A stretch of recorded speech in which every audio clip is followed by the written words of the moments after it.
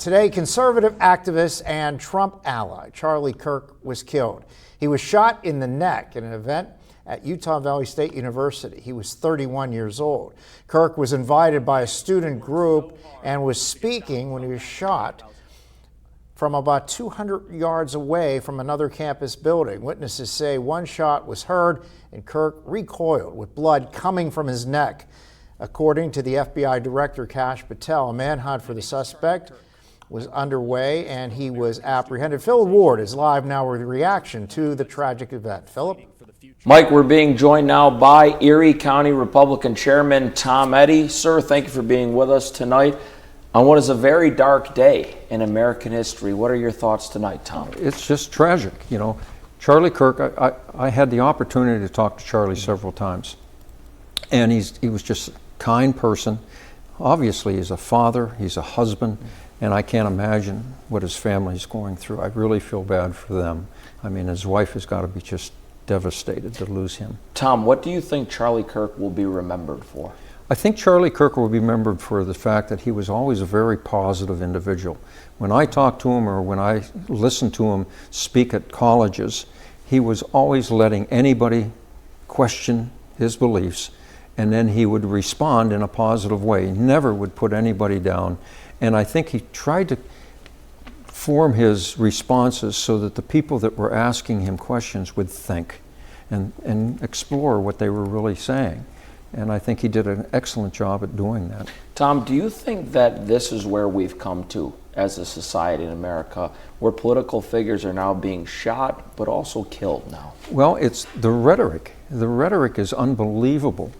You know, here I'm as patriotic as anybody could be, but I am looked upon by the left as either a fascist or a Nazi, and those are so far from the truth, it's unbelievable.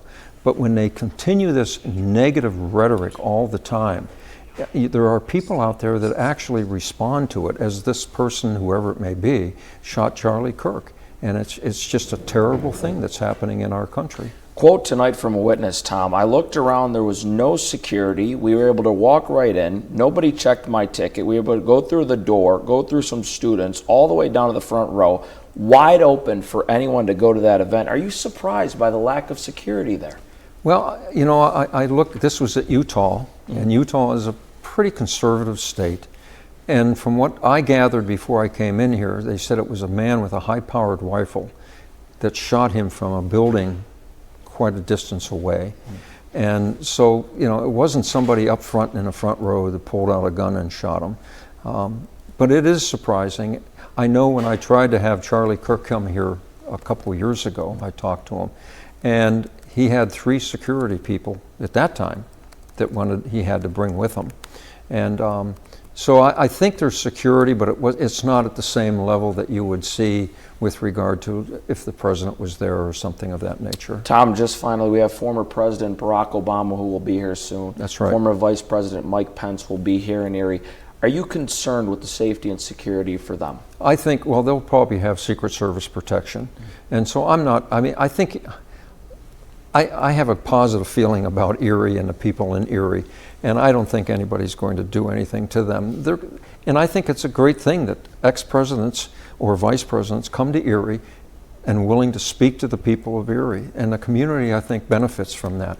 Tom, thank you so much for joining us tonight. We appreciate that. By the way, we did also offer an invitation to Tom's counterpart, that being Sam Tellerico, the Erie County Democratic Party chairman. He released a statement to us tonight, and we'll be sure to have that on erienewsnow.com. Tom, once again, thank you, sir. Mike, send it back to you.